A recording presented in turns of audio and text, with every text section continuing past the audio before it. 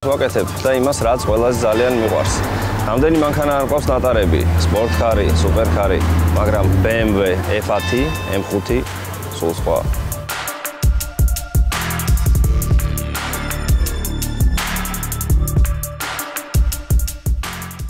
არა ჩავედით.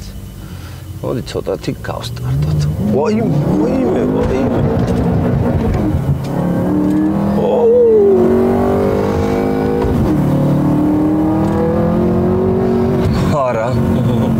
არა. სპიდომეტრის შეხედვა ვერც მოვასწარი რა.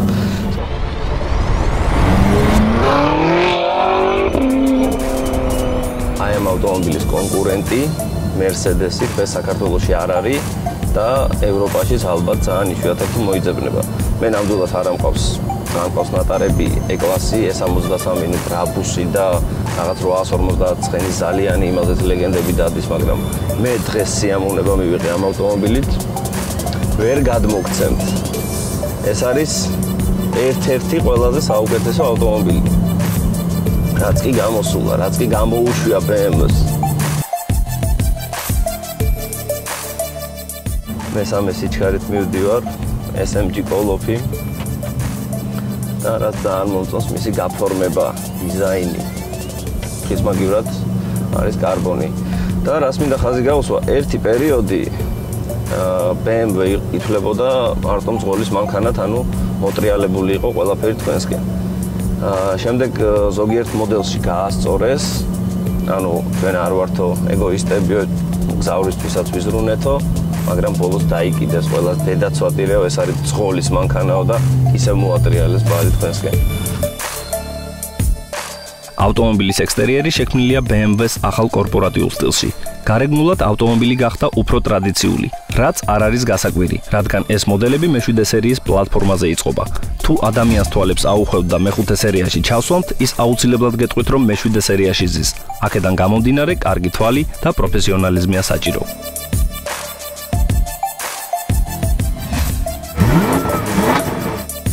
ავტომობილის საჭეც შეცვლილია და მას Grand Coupe მე-6 სერიის საჭი აქვს. ესეთ მაგარ მანქანაში ვზივარ და ერთადერთი რაც არ მომწონს, აი ეს რო არის პლასტიკატი და არ არის ტყავით შეკერილი. მაგრამ მე მითხრეს, რომ ცოტა ხანში გადაიკერება ეს მანქანა თავიდან ბოლომდე, თავისი გემოვნებით და როგორც ეს არის ლურჯი და წითელი წაფით ემის ფერებში, ისეთივე იქნება მთელი სალონი და რაც უფრო მდიდრულ სახეს მიიღებს. 2012 წლიდან მე-5 სერიის მოდელი წარმოდგენილია 8 სხვადასხვა ტიპის ბენზინის და დიზელის ძრავით. BMW-ს სხვა მოდელებთან შედარებით F1-ის ტექნიკური მახასიათებლები გაუმჯობესებულია. მათ შორის გააძლიერეს წინა დაკიდების სისტემა, ხოლო უკანა დაკიდების სისტემა მრავალფუნქციური გახადეს. მოდი ჩავხედოთ F1-ის ძრავს და ვნახოთ როგორი მონსტრი იმალება მის კაპოტქვეშ. ესე იგი, მისი მოცულობა გახლავთ 4.4 ლიტრი, ის არის V-ტიპის 8 ცილინდრიანი და მას 760 ცხენის ზალა აქვს. ეს მოდელი გამოსვლის დღიდან Mercedes E63 და Audi S6-ზე სწრაფი იყო, სანამ არ გამოვიდა 2014 წლის Mercedes E63 W212 და Audi RS6. აქედან დასკვნა, რომ სადღაც 2 წელშია სხვაობა, თუ რომელი მოდელი უფრო სწრაფი იქნება და ჩემი აზრით ეს ერთგვარი პოლიტიკაცაა. ალბათ შეამჩნიეთ, ღვედი არ მიკეთია, მაგასაც ვიტყვი, რომ თხოვან მფლობელმა არ გაიკეთო, იმიტომ რაღაცა მეხსიერებაში რესტარტს აკეთებსო თუ რაღაცა ვერ მივხვდი. რაც შეეხება F1-ს, ეს მოდელი ჩქარდება 0-დან 100 კილომეტრამდე 3.7 წამში. ჩვენი კონკრეტული M5 კი, რომელსაც მე ავტომობილს ვერ უწოდებ თავის მონაცემებიდან გამომდინარე, ჩქარდება დაახლოებით 2.6 წამში, რაც დაახლოებით Nissan GT-R-ის მონაცემებს უტოლდება და მას 200 ცხენის ზალა აქვს მომატებული. იმდენად დიდია მფლობელის ამ ავტომობილისადმი სიყვარული, რომ სურვილისამებრ ჩვეულებრივი F1 გადააქცია რეაქტიულ ავტომობილად.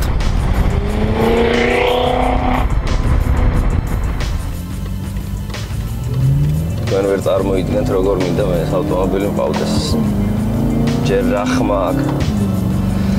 უბრალოდ ერთი უნდა იცოდეთ, როდესაც თქვენ ავტომობილს ატიუნინგებთ და ვუმატებთ დაახლოებით 200 ცხენის ზალას, ყოველთვის მზად უნდა იყოთ და უნდა გქონდეთ იმის საშუალებაც, რომ თვეში ერთხელ, ორ თვეში ერთხელ თუ რაღაცა გადაამოწმოთ, უნდა მიიყვანოთ იგივე ადგილას. არ არის ეს მაინც სტოკი, არ არის ეს მანქანა, რომელიც ქარხნიდან გამოიყვანეთ და უკვე თქვენ გაქვთ გარანტია და ხართ მშვიდად. ეს არის უბრალოდ შექმნილი მანქანა, რომელიც დრაგზე გასიამოვნებთ ქალაქშიც, ნებისმიერ ავტობანზეც და არ შეგარცხვენთ არსად. ადრე თუ M5V ტიპის 10 ცილინდრიანი და 5 ლიტრიანი იყო, ახლა მისი ძრავის მოცულობა 4.4 ლიტრია, ის V ტიპის 8 ცილინდრიანია 560 ცხენის ძალით. BMW-ს მე რაც ძალიან მომწონს ის არის, რომ თქვენ შუშაზე აირეკლება მაჩვენებელთა დაფა, ტახომეტრი, თუ რომელ სიჩქარეში გაქვთ, იგივე სპიდომეტრი, თუ რა სიჩქარით მიდიხართ, აკურება აღარც გჭირდებათ, მაგრამ მე 1-2 როდესაც მივადგე ამ ავტომობილს, აი ხე კიდე დავცადო და არა. აი, ესე იგი პლუს მინუსი. რაც, რა ვიცი, ცოტა ესენი მიშლის. მაინც ძალიან მაგარი.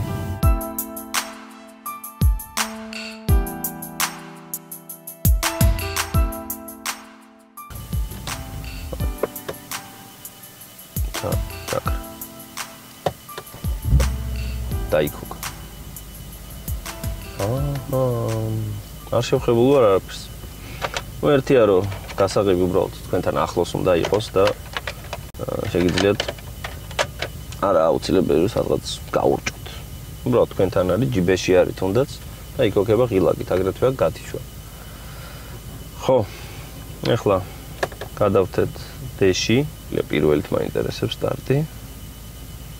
გავთიშეთ მოცურების საწინააღმდეგო სისტემა და წავედით.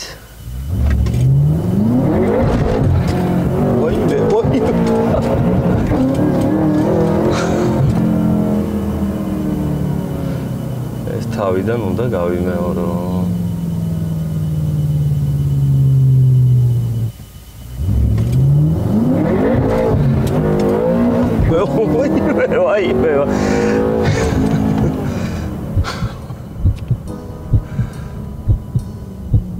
არა.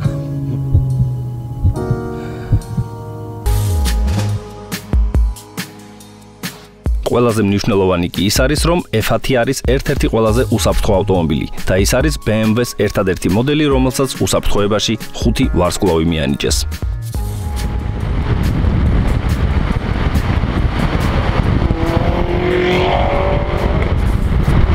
დაღულ გერმანელი. ოჩ. შეგიძლიათ თამამად თქვათ, რომ თქვენ მანქანის გაკეთება იცით. всё. მეგარი და ეგ დროებით გემშვიდობებით.